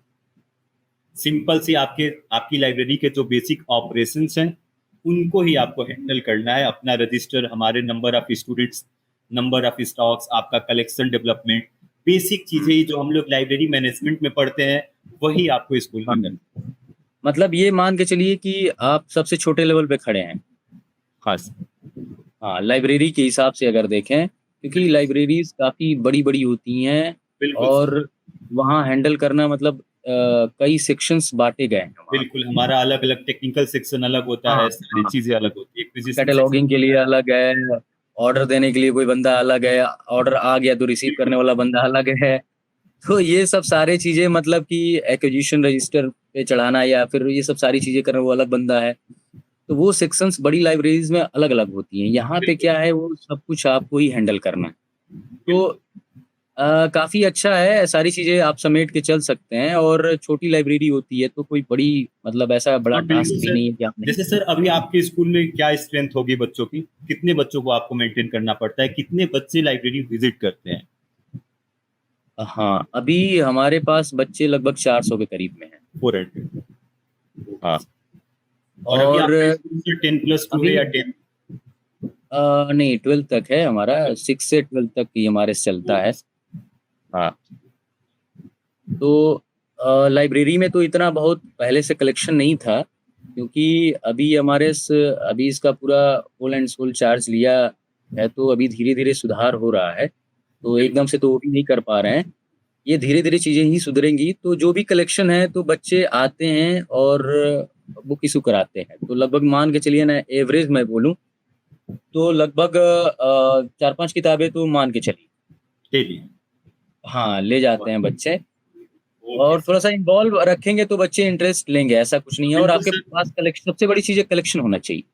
हाँ सर। तो बच्चों में ये सब रीडिंग चीज़ें हैबिट प्रमोट करना ही स्कूल लाइब्रेरी का ऑब्जेक्टिव बस, होता बस, बस वही वही है। है। और वो आप हम जो है लाइब्रेरियन का सर कर्तव्य होता है कि बच्चों को हाँ, कैसे हम पुस्तकों से कनेक्ट करें, एक लव, हाँ। एक वो सारी चीजें कैसे हम बच्चों के अंदर दें। बिल्कुल कई बार होता है कि जैसे आप गए क्लास में, कोई बढ़िया कहानी सुना दिए, तो उससे भी बच्चे सोचते हैं अच्छा ऐसे भी होता है या फिर ये सब भी। आप उससे बताइए कि हाँ, मतलब देखो हमने पढ़ा है इस किताब में ऐसे-ऐसे है, तो उसको भी लगेगा कि अच्छा हमें भी पढ़ना चाहिए।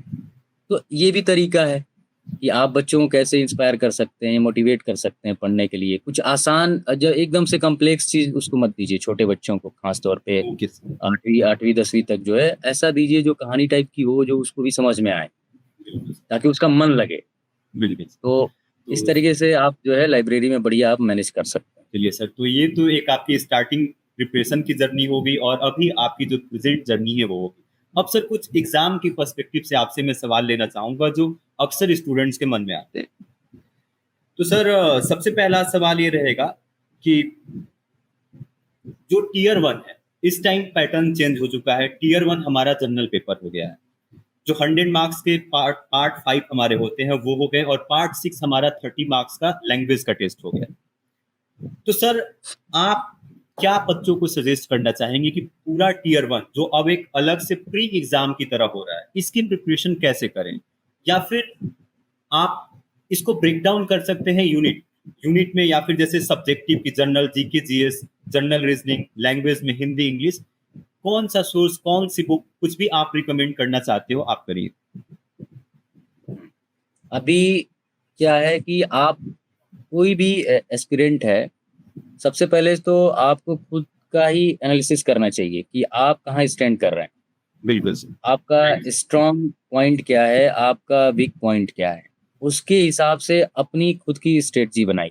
ऐसा नहीं कि मैं ये बोल रहा हूँ कि आप ये जाके पढ़ लेना और आप बिल्कुल राइट उसे सर, बिल्कुल राइट सर। सभी लगे चीजें तो ये सभी के भी लिए वर्क नहीं करती है। हाँ, हाँ, तो मैं यही बोलूँगा कि इंडिविजुअली आप जो है अपना खुद का एनालिसिस कीजिए। आप देखिए कि आप किसमें स्ट्रॉन्ग हैं, किसमें वीक हैं। अगर आपको लग रहा है कि फर्स्ट पेपर आसानी से आप कर सकते हैं, तो आप सेकंड पेपर में लग जाइए। अगर आपको लग रहा है कि हाँ, सेकंड पेपर मेरा ठीक है, उसमें मैं बढ़िया कर सकता हूँ, मेरा फर्स्ट पेपर ही वीक हो रहा है, तो उस सेक्शन में आप जाइए। उसमें भी आप देखिए कि जनरल अवेयरनेस वाला सेक्शन कमज़ोर है या फिर रीज़निंग है या फिर लैंग्वेज का ही, ऐसा ना हो कि लैंग्वेज में ही आप अटक जाएँ। तो क्योंकि ये सर सब लैंग्वेज मोस्ट इम्पॉर्टेंट है। अगर आप हम्म, 30 में से 12 नंबर नहीं लाते हैं तो आपका पेपर चेक ही नहीं होगा, इवेल्युएशन ही नहीं जी होगा जी टीयर 1 के पेपर में। जी। बिल्कुल सर। अब इसके लिए मैं यही बोलूंगा कि आप जो लैंग्वेज चूज कर रहे हैं ना, एक तो नॉर्मल है कि हिंदी इंग्लिश का वो टेस्ट तो लेंगे ही आपका, फिर अलग से उन लोगों ने रीजनल लैंग्वेज चूज करने को बोला हुआ है। उसमें बिल्कुल बहुत सारी लैंग्वेज है। तो खास तौर पे मैं तो ये बोलूंगा जो हिंदी रीजन के लोग हैं वो हिंदी अडॉप्ट कर लें तो ज़्यादा बढ़िया रहेगा, क्यों है सर, ना? क्योंकि मतलब आपके अनुसार हिंदी थोड़ा सा इजी पड़ता है in compare of regional languages? Easy easy कभी मैं बहुत ज़्यादा नहीं बोलूंगा। करने को तो कोई बंदा हो जैसे सकता है हमारा कि जो इंग्लिश साउथ थोड़ी अच्छी हो। साउथ का बेल्ट है पूरा हमारे कंट्री का, तो कहीं ना कहीं सर उन स्टूडेंट्स के लिए हिंदी काइंड ऑफ टफ होती है ऑलरेडी। जो लैंग्वेज का टेस्ट है वहाँ एक हिंदी, एक इंग्लिश और तीसरी रीजनल लैंग्वेज है। तो ऐसे में अगर वो हिंदी को रीजनल लैंग्वेज चूज करेंगे तो उनके लिए कहीं ना कहीं चीजें मुझे नहीं, लगता मैं है साउथ के लिए मैं नहीं बोल रहा हूँ, मैं इसीलिए बोल रहा हूँ कि जो हिंदी हिंदी बेल्ट के भाषी लोग, बेल्ट के लिए। हाँ हाँ, जिनके लिए मतलब मैं ये बोलूंगा कि या तो हिंदी या इंग्लिश, जो आपको कंफर्टेबल लग रही है, आपको बिल्कुल लग रहा है कि मैं इसमें आसानी से कर सकता हूँ, वो चीज़ आप चूज करिए। और बिल्कुल हिंदी में इसलिए प्रीफर करने को बोल रहा था, क्या है कि कई बार रीजनल लैंग्वेज इसीलिए मांगा है कि जब पोस्टिंग की बात आएगी तो उस टाइम पे मोस्ट प्रोबेबल चांसेस हैं कि आपका रीजनल लैंग्वेज भी वो लोग देखें एक दफ़ा कि आपने क्या प्रीफर किया हुआ है। बिल्कुल हो सर। सकता है आपने इंग्लिश कर लिया तो वो सोचेंगे ठीक है, मतलब इंग्लिश इनकी अच्छी है और ये कंफर्टेबल हैं, तो नॉर्थ ईस्ट भी भेज सकते हैं, साउथ भी भेज सकते हैं। और बिल्कुल सर। हिंदी रहने से ये थोड़े से चांसेस रहेंगे कि आपको हिंदी वाले रीजन्स में ही रखें। बिल्कुल वैसे तो सर। भेजने को किसी भी मतलब रीजन में भेज सकते हैं, बिल्कुल लेकिन ये एक फैक्टर काम करेगा क्योंकि उन लोगों ने रीजनल लैंग्वेज चूज करने को बोला है आपको। बिल्कुल सर। तो ये फैक्टर एक रहेगा। तो मेरे हिसाब से तो ये लगता है कि जिसमें हिंदी इंग्लिश में आप कंफर्टेबल है वो करिए।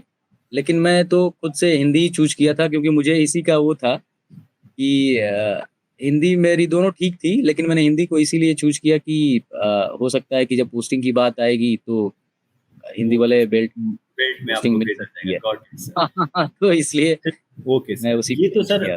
बात होगी टीयर 1 की। अब टीयर 2 जो लाइब्रेरी साइंस है, कौन सी यूनिट आपको ऐसा लगता है कि सबसे इंपॉर्टेंट है, सबसे ज्यादा वेटेज इन यूनिट्स का आपके ईएमआरएस लाइब्रेरियन के एग्जाम में होता है? क्योंकि पिछली बार सर एक 2 या 3 सवाल हमें रिसर्च से भी देखने को मिले थे, अगर आपको याद होगा तो बेसिक जो रिसर्च के क्वेश्चंस होते थे वो भी हमें ईएमआरएस लाइब्रेरियन में देखने को मिले थे। तो लाइब्रेरी सेक्शन में तो मुझे लगता है सर कि मेरे से बेहतर आप ही बताएंगे क्योंकि अरे आपने सर एग्जाम दे रखा है। मैं तो हमेशा बताता हूँ कि कोई भी स्कूल लाइब्रेरियन की जॉब एक्चुअली हो तो मैं इसलिए बोल रहा हूँ कि मैंने ये हमारे दिया है, निकाल लिया है, अच्छी बात है। लेकिन आप मेरे से बेहतर जानते हैं उस चीज़ को, क्योंकि मैं एग्ज़ाम ये क्लियर करने के बाद जो है ना, फिर मैं इसमें ज़्यादा टाइम नहीं दे पा रहा हूँ या फिर मैं नहीं दे पाया हूँ। और आप नेट वगैरह क्वालिफाई किए हुए हैं बिल्कुल सर। और एक बार नहीं 2-2 बार आपने नेट क्वालिफाई किया हुआ है, तो आप काफ़ी बारीकी से इन चीज़ों को जानते हैं। फिर भी अगर आप मेरे से पूछेंगे तो मैं यही बोलूँगा कि जो स्टार्टिंग का जो आपका चैप्टर है, ये तो फाउंडेशन, मतलब आपको आना ही चाहिए। फाउंडेशन तो बेसिक चीज है सर। हाँ, मतलब मुझे लगता है वो कि सर, इंट्रोडक्शन टाइप का है हाँ, और बिल्कुल। उससे क्वेश्चन छूटने का मतलब कि आप वो सबसे पाप, पीछे हो मैं गए। भी सर उसको हाँ, पाप कंसीडर करता हूँ जब क्लासेस लेता हूँ और फाउंडेशन का कोई भी सवाल गलत होता है, मैं कहता हूँ आपने ये पाप किया है, ये हाँ, गलत। हाँ। अब आप एबीसीडी गलत नहीं कर सकते हैं, और वो लाइब्रेरी साइंस का एबीसीडी है, आपको नींद में भी कोई उठा के पूछे आपको याद होना चाहिए, और उसमें से जी। कुछ है भी नहीं। बेसिक हम हिस्ट्री है लाइब्रेरी साइंस की, आपको हाँ, हाँ, याद। वही मैं वही चीज़ कह रहा हूँ कि मतलब आपका मन लगना कहाँ से चालू होगा, जब स्टार्टिंग में जो हल्का बिल्कुल चैप्टर अगर है उसको आप पढ़ रहे हैं, उससे क्या होता है, एक तो जल्दी तैयार भी होता है और एक स्टार्टिंग का आपको शुरुआत का समझ में आ जाएगा, अच्छा ये चीज़ होता है, ये लाइब्रेरी है और ये ऐसे-ऐसे शुरुआत हुई, ऐसे-ऐसे है।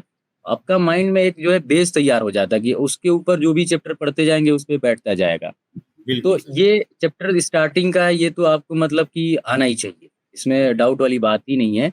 बाकी लाइब्रेरी मैनेजमेंट वाला चैप्टर काफ़ी बिल्कुल इम्पोर्टेंट सर, है। मैं भी इसी बात पे आने हाँ, वाला था कि चाहे केवीएस हो, एनबीएस हो या फिर ईएमआरएस हो, जो मैनेजमेंट की यूनिट है उसको आपको हाँ। बेहतर तरीके से करना है, क्योंकि आपको अपनी लाइब्रेरी को मैनेज ही करना है। और मैंने जी उसके वही बाद वही चीज़। आईसीटी, आईसीटी सर आजकल ट्रेंडिंग में है, क्योंकि आईसीटी हुँ। इसका डेवलपमेंट होते जा रहा है, हमारी पुस्तकालय कहीं ना कहीं डिजिटल होते जा रही है, आपके आईसीटी के टूल्स हमारे लाइब्रेरी में इम्प्लीमेंट किए जा रहे हैं। एंड देन मैं रखता हूँ सर क्लासिफिकेशन एंड कैटलॉगिंग की, वहां से जो प्रैक्टिकल वाला पोर्शन है वहां से कभी कभी बहुत अच्छे अच्छे सवाल पूछ देता है।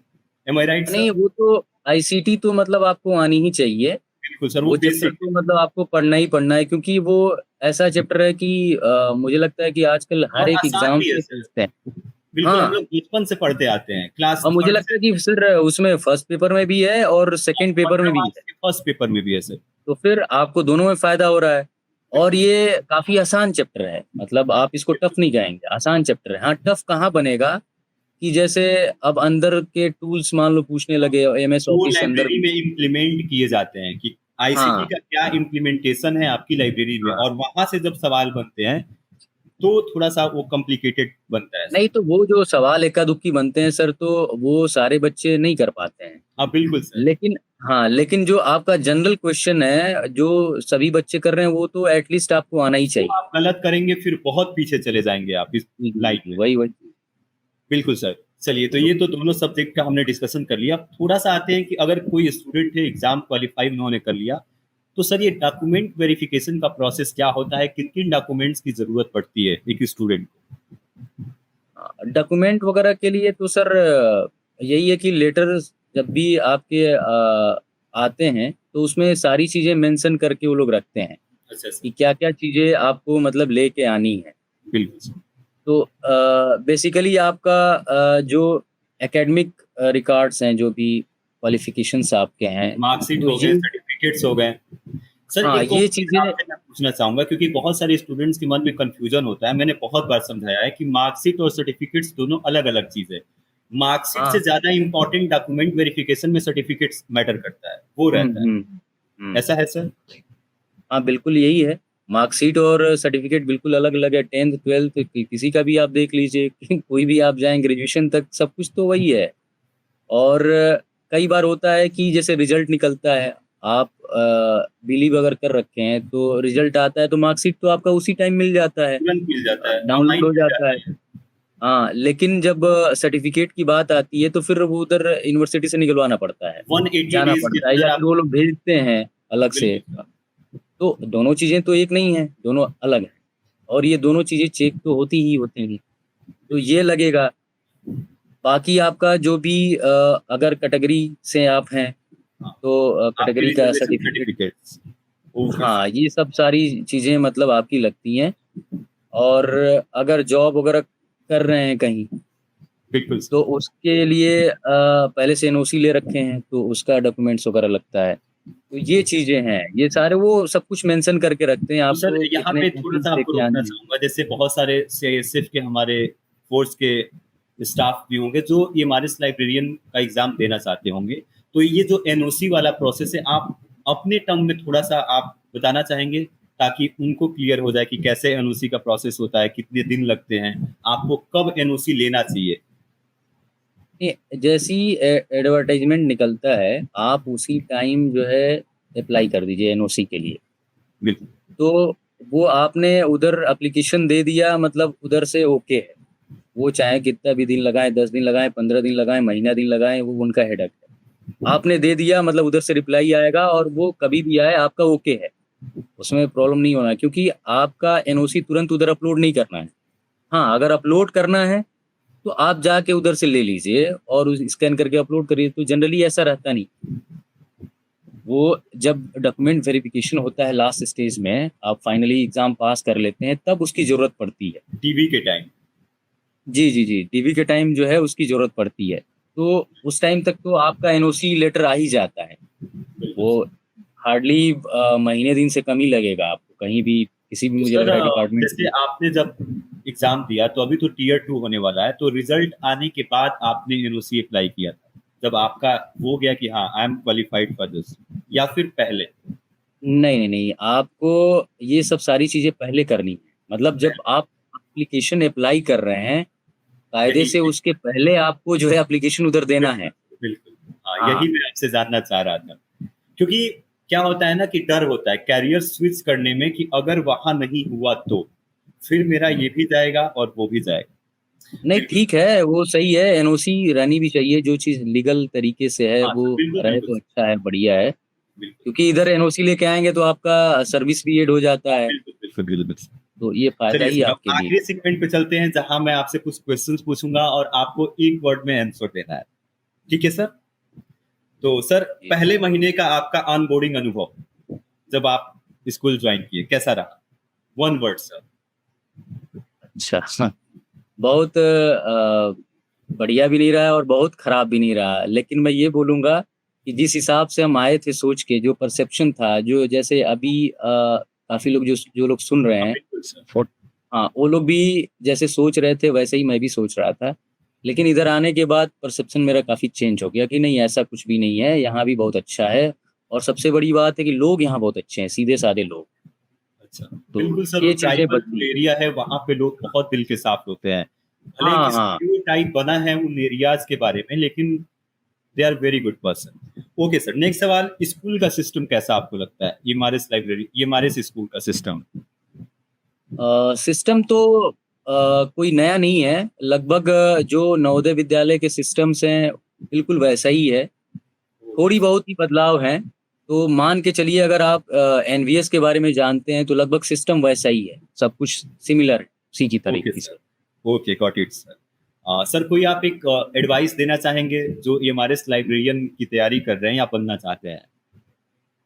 कोई एक बिल्कुल एडवाइस, केवल एक एडवाइस सर, क्योंकि बहुत वक्त हो चुका है, आपको भी अब मैं ज्यादा देर तक मैं एंटरटेन नहीं खुद कर भी सकता। चाह रहा था कि बिल्कुल शॉर्ट में रखें चीज़ को, क्योंकि पता नहीं लोग इतना सुनना भी चाहेंगे या नहीं चाहेंगे। लेकिन मेरी लास्ट एडवाइस यही है और जो मुझे अब तक समझ में आया है कि आपका जो विल पावर है ये काफ़ी मैटर करता है। बिल्कुल सर। तो मैं यही बोलूँगा कि ये वर्ड ध्यान रखिए, विल पावर, ओके कि सर। आपकी अंदर की जो दृढ़ इच्छा है ना, वो चीज़ इतनी इतनी स्ट्रॉन्ग रखिए कि फिर मतलब उसके आगे कोई चीज़ टिक ना पाए। Okay sir. और ये चीज़ मैं दोनों चीज़ों में मैं इस्तेमाल किया हूँ। मतलब जब मैं सीएसएफ में जॉइन कर रहा था और जब मैं फिज़िकल दे रहा था, बेसिकली जब 1600 मीटर की जब रनिंग थी, तो उस टाइम मैं बहुत रनिंग करके नहीं गया था, इतना मतलब हाँ, नहीं अक्सर था सब जो मेरा। सीपीयू एसआई की प्रिपरेशन करते हैं, कहीं ना कहीं पढ़ने वाले बच्चे होते हैं, उनको फील्ड में हम हाँ, लोग नहीं देखते। हाँ, तो वो चीज़ जब रनिंग का टाइम आ गया तो मुझे लग रहा था कि पता नहीं मैं कर पाऊँगा, नहीं कर पाऊँगा, क्योंकि मैं उतना नहीं, मेरी रनिंग इतनी अच्छी उस टाइम तक नहीं थी। लेकिन मैं सारी चीज़ें देखता रहा, करता रहा। उसमें 4 राउंड लगाने थे, तीसरे राउंड आते-आते मेरी हालत ख़राब हो गई थी। Sir sir. लेकिन मन में ये था कि नहीं मुझे करना है। बिल्कुल। तो ये जो विल पावर था अंदर का ना, ये मुझे एक राउंड बहुत आराम से मुझे ये समझ में आया कि नहीं मुझे रुकना नहीं है। अगर मैं शायद थक गया था और मैं रुक जाता तो नहीं हो पाता। बिल्कुल लेकिन जो विल पावर था वो उस चीज़ को पेस को बनाए रखा कि नहीं रुकना नहीं है। बस चलते रहो, दौड़ते रहो, जितना कर सकते हो, लेकिन उसमें रुकना नहीं है, करना है। तो बिल्कुल। ये एक मैटर रहा यहाँ पे। दूसरा ये रहा कि जब मैं सीआईएसएफ से निकलने की सोच रहा था, तो यहाँ भी विल पावर ही मेरा काम किया। ऐसा नहीं कि मैं बहुत टैलेंटेड हूँ या फिर इंटेलिजेंट हूँ या फिर सर, इस ये तरह तो की आप चीज़ें ऐसा हैं। मत कहिए सर, आप सीआईएसएफ में सब इंस्पेक्टर थे। और नहीं, आप नंबर ऑफ स्टूडेंट्स देखेंगे इस बार सीपीयू एसआई का जो फॉर्म पड़ा है, और जितना अभी अभी मेरे दोस्त हैं उनका भी सब कुछ फाइनल हुआ है, मेडिकल भी क्लियर हो गया है। वो बता रहे थे कि 21,000 स्टूडेंट्स को मेडिकल के लिए बुलाया गया था। तो सर, बहुत बड़ा कंपटीशन आपने देखा है और उससे सिलेक्ट होके आप गए थे। नहीं कंपटीशन है सर, मैं ये नहीं कह रहा हूँ, लेकिन फिर भी अपने आप को जो मैं चीज़ें समझ पा रहा हूँ, मुझे यही समझ में आया है कि विल पावर आपका बहुत बड़ा फैक्टर है। बिल्कुल सर। आप पढ़ाई कर रहे हैं, उसमें जो आप पढ़ रहे हैं, कितना घंटा पढ़ रहे हैं। जैसे आप अगर विल पावर नहीं है, तो हो सकता है कि आप आधे घंटे पढ़ के फिर बैठ जाएँ, सोने चले जाएँ या फिर कुछ और काम में लग जाएँ। लेकिन जब विल पावर आपका रहेगा ना, वो आपको पुश करेगा कि नहीं भाई, करना है मतलब करना है। मतलब ये निकालना है तो कुछ निकालना है। करने का अंदर हमें जुनून होना चाहिए कि हमें ये चीज हाँ, अचीव करनी है, हाँ, ये मुझे नहीं ये मानना। बनना है तो मतलब बनना है। बिल्कुल सर। तो ये विल पावर जो है ना, आपका सिलेक्शन में काफ़ी, मेरे हिसाब से तो ये लगता है काफ़ी मदद करेगा। ओके सर, अब तो कुछ इस पर्सनल चीज़ को क्वेश्चन याद आप। रखिए। हाँ सर। विल पावर को मतलब याद रखिए, इसको भूलना नहीं है। ओके सर, ये मूल काम की मंत्र चीज़ है है। Will power. हाँ, ओके सर, अब कुछ पर्सनल क्वेश्चंस आपसे पूछना चाहूंगा if you don't mind. Sir, परिवार, जॉब, स्टडी, इसको कैसे बैलेंस करना होता है? क्योंकि चाहे यूजीसी नीट की आप प्रिपरेशन देख लीजिए लाइब्रेरी साइंस में या फिर एमआरएस में भी, कहीं ना कहीं कुछ ऐसे स्टूडेंट्स होते हैं जिनको फैमिली, वर्क प्लेस और अपना पर्सनल, ये तीनों बैलेंस करके चलना पड़ता है। तो आप ऐसे कैटेगरी के स्टूडेंट्स के लिए क्या एडवाइस देना चाहोगे कि कैसे अपना परिवार, जॉब और स्टडी को बैलेंस करके हम लोग आगे चलें? काफ़ी बढ़िया क्वेश्चन है और हम सभी के लिए ये कॉमन क्वेश्चन है, काफ़ी लोग इस चीज़ को फेस करते हैं। तो मैं यही इसमें कहना चाहूँगा कि देखिए जब तक आप सिंगल रहते हैं तब तक तो आप काफ़ी फ्री होते हैं हाँ सर, बिल्कुल। पर शादी के बाद और मैं मुश्किलें एक थोड़ी-सी मिनट सर, मैं बताना भूल गया एक चीज आप सभी ऑडियंस को, कि सर भी सीआईएसएफ में सब इंस्पेक्टर हैं और सर की मैम भी, तो दोनों लोग एक ही अरे बैकग्राउंड। कोई सर हाँ, इतना दोनों लोग। बिल्कुल, ये मैं भूल गया था। जी सर, अरे कोई नहीं करिए। सर ये इतना डिटेल में जाने की क्या ही ज़रूरत है। Okay sir. तो जैसे आप सिंगल हैं तब तक आप काफ़ी अपनी तरीके से चीज़ें मैनेज कर रहे होते हैं, कब मुझे पढ़ना है, कब क्या करना है। लेकिन आपकी शादी हो जाएगी फिर सब कुछ आपकी मर्ज़ी से ही नहीं चल रहा होता है। तो बिल्कुल सर। अगले को भी समय चाहिए होता है और अगला भी गलत नहीं होता है। तो कहीं न कहीं आपका कॉन्फ्लिक्ट आ सकता है बीच में। तो ये सब चीज़ें थोड़ी-सी मैनेज तो करनी पड़ेगी। जो भी आपका समय निकल रहा है, जो भी मिल रहा है, तो मतलब एक-दूसरे सर, को वर्क समझिए। लाइफ, ये सारी चीजें हमें बैलेंस करके एनी हाउ चलना ही पड़ेगा, हाँ, वरना हमारी एक प्रिपरेशन दूसरे नहीं को होगी। समझिए, उसको बता अगर अगर समझ में नहीं आ रहा है तो उसको थोड़ी समय दीजिए, उसको बताइए और सबसे बड़ी चीज़ है कि आप ये मत इंतज़ार करिए कि मुझे 2 घंटा मिलेगा तभी मैं बैठ के पढ़ूँगा, नहीं। ये आपको बहुत लग अच्छी रहा है बात कि है। अभी ये काम मुझे करने जाने में लग रहा है कि 15-20 मिनट टाइम है, तो आप सोचिए कि उस 15-20 मिनट में क्या पढ़ सकते हैं। बिल्कुल एक सर। छोटा-सा टॉपिक अगर पढ़ सकते हैं तो उस 15-20 मिनट का इस्तेमाल करिए। अगर वो भी नहीं कर पा रहे हैं, तो एट लीस्ट जो पहले का आपने पढ़ रखा है ना, उसको एक बार पेज पलट लीजिए। Okay sir. हाँ और सर, मैं सही अगला। बता रहा हूँ कि ये जो 5-5 मिनट, 10-10 मिनट होता है जो हम लोग बिल्कुल ऐसे ही मतलब बैठे निकाल देते हैं, ये सोचने में कि मैं 10 मिनट के लिए क्या पढ़ूँ। लेकिन जो मेरा अनुभव रहा है कि ये 5 मिनट और 10 मिनट आपके सिलेक्शन में ही काफ़ी इम्पोर्टेंट है। बिल्कुल। ये एक-एक, 2-2 क्वेश्चन कराएँगे और बिल्कुल ही आपको एग्ज़ाम में सफल करवाएँगे। वो भी। तो ये 5 सर, मिनट, एक 10 चीज़ मिनट आपको रोकना चाहूँगा सर, हाँ, थोड़ा-सा आप पीछे की तरफ आ सकते हैं, क्योंकि वर्चुअली हम लोग का चल रहा है, तो थोड़ा-सा आप पीछे हो जाइए sir, if you don't mind. हाँ, थोड़ा-सा। बिल्कुल, sure, okay, okay sir, sure, sure. करिए। All good sir. तो ये इसमें यही कि 5 से 10 मिनट जो भी आपको समय मिलता है, आप बिल्कुल ये मत सोचा करिए कि हाँ, मैं 5 मिनट के लिए क्या पढ़ूँ, 10 मिनट के लिए क्या पढ़ूँ, नहीं।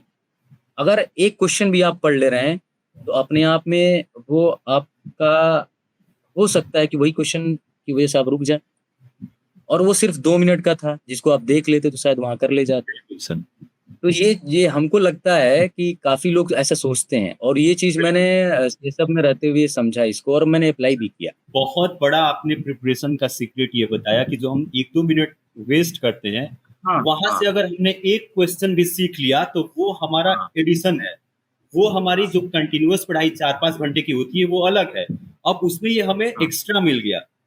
हाँ। ओके सर, मतलब ओके। जैसे आपने कहा कि फैमिली और उसको कैसे मैनेज करें, बिल्कुल। तो ये चीज़ें आप ऐसे मैनेज कर सकते हैं कि जो छोटा-छोटा आपको टाइम मिल रहा है, जिसमें आप सोच रहे हैं कि मैं 5 मिनट के लिए क्या पढूँ, नहीं, आपको ये नहीं सोचना है। आप अपने दिमाग को इतना फ़ोकस्ड रखिए, अपने एम को बिल्कुल अपने नज़रों के सामने रखिए कि जब भी आप खाली हों, तो आपकी नज़र कहाँ होनी चाहिए? हाँ, अच्छा ये लाइब्रेरी साइंस का है, ठीक है, मुझे लाइब्रेरियन बनना है। आपका दिमाग तुरंत वहीं क्लिक करे और तुरंत आप उसके लिए काम करने चले जाएँ। Okay sir. तो ये आपको करना पड़ेगा। Okay sir. सर, अगला सवाल है, प्रेज़ेंट टाइम पे करंट में आपकी कोई फ़ेवरेट बुक, कोई सोर्स जो आप लाइब्रेरी साइंस के स्टूडेंट को रिकमेंड करना चाहते हो? कोई भी बुक या कुछ भी, कोई भी कंटेंट, रिसोर्स? अ, मैं अलग से तो कोई बहुत ज़्यादा नहीं बता पाऊँगा, लेकिन एक किताब आपने ही शायद मुझे रिकमेंड करी थी। एक अ, एफडी वाली थी और इसके लिए भी थी। तो आप तो बता ही चुके होंगे, हाँ सर। लाइब्रेरी साइंस के लिए भी। बाकी मुझे लगता है कि यूट्यूब वगैरह का इस्तेमाल आप कर सकते हैं। Okay sir. तो जितने भी यूट्यूब वगैरह हमने देखा हुआ है अभी तक, तो जैसे ऑनलाइन स्कूल इंडिया जब स्टार्टिंग में मैं चालू पढ़ना किया था, तो उस टाइम पे इन्हीं का सर का देखा था मैं, ऑनलाइन स्कूल इंडिया का मैं देखा था। तो बिल्कुल सर। मुझे उस टाइम पे उन्हीं के बारे में पता था, तो मैं स्टार्ट वहीं से किया, लेकिन बाद में फिर और भी चीज़ें मैं देखा, तो टारगेट अभी भी मैं देखा, तो उनसे बेहतर उनका लगा, तो उनसे भी मैं सीखा। अभी आज की डेट में मैं आपकी वीडियोज़ देखता हूँ, अच्छा तो सर। मुझे लगता है कि नहीं, मतलब जो नए लोग हैं, तो नए तरीके से चीज़ों को पढ़ाना, समझाना, बताना, तो बिल्कुल सर। अपने आप में मुझे लगता है कि ज़्यादा बेहतर है। तो मतलब मैं तो भी मैं यही तो स्टूडेंट को सर हमेशा रिकमेंड करता हूँ कि आपको एक जगह स्टक नहीं होना है। जैसे हाँ, पीवाईक्यू बिल्कुल, सेशन हो बिल्कुल। रहा है यूट्यूब पे, कहीं भी हो रहा है, आप किसी के भी स्टूडेंट हो, you have to go there. मैं क्लासेस में बोलता हूँ कि आप मेरे साथ जुड़े हो, तो आप मेरे साथ बंद के मत रहो। आपको जहाँ बढ़िया रिसोर्स कंटेंट मिल रहा है फ्री में, यूट्यूब ओपन करिए, आप जाइए वहाँ पार्टिसिपेट करिए और सीखिए। बिल्कुल, ये बहुत अच्छी बात आपने सर कही। अगला सवाल सर, सबसे कठिन यूनिट आपके लिए कौन सी रही पेपर वन में भी और टीयर वन और टीयर टू? सबसे हार्ड आपको क्या लगा टीयर वन में? एक्चुअली टीयर 1 में तो मेरे लिए जो अननोन जैसा था वो टीचिंग एप्टीट्यूड था, जो कि मैं अच्छा, पहले से कुछ नहीं जानता था उसके बारे में, और सारे तो ये स्टूडेंट का सरदर्द फिलहाल टीचिंग एप्टीट्यूड ही है सर। नहीं, ओके सर। एक्चुअली पहले से हम लोग जानते भी नहीं है ना उसके बारे में, तो और इस एग्ज़ाम्स में आते हैं तो पढ़ना तो पड़ेगा आपको। ओके सर, और और लाइब्रेरी दूसरा साइंस में? जो सेकंड पेपर में है कि कैटलॉगिंग और क्लासिफिकेशन, मुझे थोड़ा स्टार्टिंग सा में जब मैं पढ़ रहा प्रैक्टिकल था, इसमें आ जाता है। तो ये चीज़ मुझे समझ में नहीं आ रहा था, मतलब है ये क्या? तो अच्छा, ओके सर। थोड़ा-सा इसमें, हाँ, बाकी चीज़ें तो थोड़ी-सी ठीक-सी थी। और सर अगला सवाल, एक आदत जिसने सबसे ज्यादा आपकी मदद की है आपकी इस पूरे जर्नी में, कौन सी वो आदत थी आपकी? हुँ। तो एक आदत में ख़ास तौर पे सिलेक्शन के लिए मैं बोलूँगा कि जो अभी मैंने आपको बताया, कि जो ओके सर। 2 मिनट, 4 मिनट, अच्छा ये सर। जो था ना, ये मैं इस्तेमाल किया हुआ। मतलब जब भी आपको टाइम मिलता था 5 मिनट 10 मिनट के लिए भी, आप ये नहीं सोचते थे? जैसे मतलब जैसे मुझे ड्यूटी जानी है, बिल्कुल अभी सर। मान लो मैं खाना खा लिया, रेडी हो गया, यूनिफ़ॉर्म पहन लिया, मुझे लगा कि हाँ, अभी यार टाइम नहीं हुआ है, मैं 5-10 मिनट बाद जाऊँ तो भी मेरा चलेगा। तो वो 5-10 मिनट में मैं फिर पेज पलटता था, देखता था, या फिर उस तरीके का अगर लग रहा है कि हाँ, थोड़ी नोट बनाने की ज़रूरत है हल्के-फुल्के, तो आप छोटी डायरी में आप नोट उतने देर में आप बना लेंगे। ओके तो सर। ये या फिर जैसे मान लो मुझे लग रहा है कि हाँ, अभी जैसे मेरी वाइफ़ को तैयार होने में थोड़ा-सा 5 मिनट टाइम है, तो मैं उतने में बैठ के देख लेता था। तो मैं वही चीज़ बोल रहा हूँ आपको कि अ, आपका जो 5 मिनट, 4 मिनट, 2 मिनट, ये कम समय लग रहा है, आपको देखने में ऐसा लग रहा है, लेकिन ये बहुत काम की चीज़ है, ओके सर। और अब ये सर, मैंने अपने सीनियर से ही सीखा था। Okay sir. ये मैंने अपने सीनियर से ही सीखा था, और उन्होंने बहुत अच्छी चीज़ मुझे बताई, मैं आज यस, भी इस आई एम चीज़ के लिए होपिंग कि उनका आभार हम व्यक्त सभी करता को हूँ। इतने हेल्पफुल सपोर्टिव सीनियर्स मिले। सर एक और पर्सनल सा सवाल है, बहुत सारे स्टूडेंट जानना चाहेंगे कि पहली सैलरी कितनी आई थी सर? अगर आपको एक्चुअली क्या याद हो। है कि हाँ, हाँ, मैं कोशिश करता हूँ बताने की। एक्चुअली जो हमारा लेवल है, वो 7 लेवल है, यस सर। तो सैलरी तो काफ़ी अच्छी आने वाली है, और मुझे याद है कि जब पहली सैलरी मिली थी, तो 67,400 के करीब थी। 66,000। 67,400। 67। ओके। उसमें बहुत सारी इन हैंड था ये, और बहुत सारी चीज़ें, 1-2 चीज़ें थी जो उस टाइम पे अभी इन लोगों ने नहीं दिया था। अच्छा सर। ख़ास तौर पे जो अलग से स्पेशल अलाउंसेस वग़ैरह देते हैं, गॉट और इट। एचआरए वग़ैरह जो अभी मिल रहा है, ये सब सारी चीज़ें नहीं थी, तो इतना था।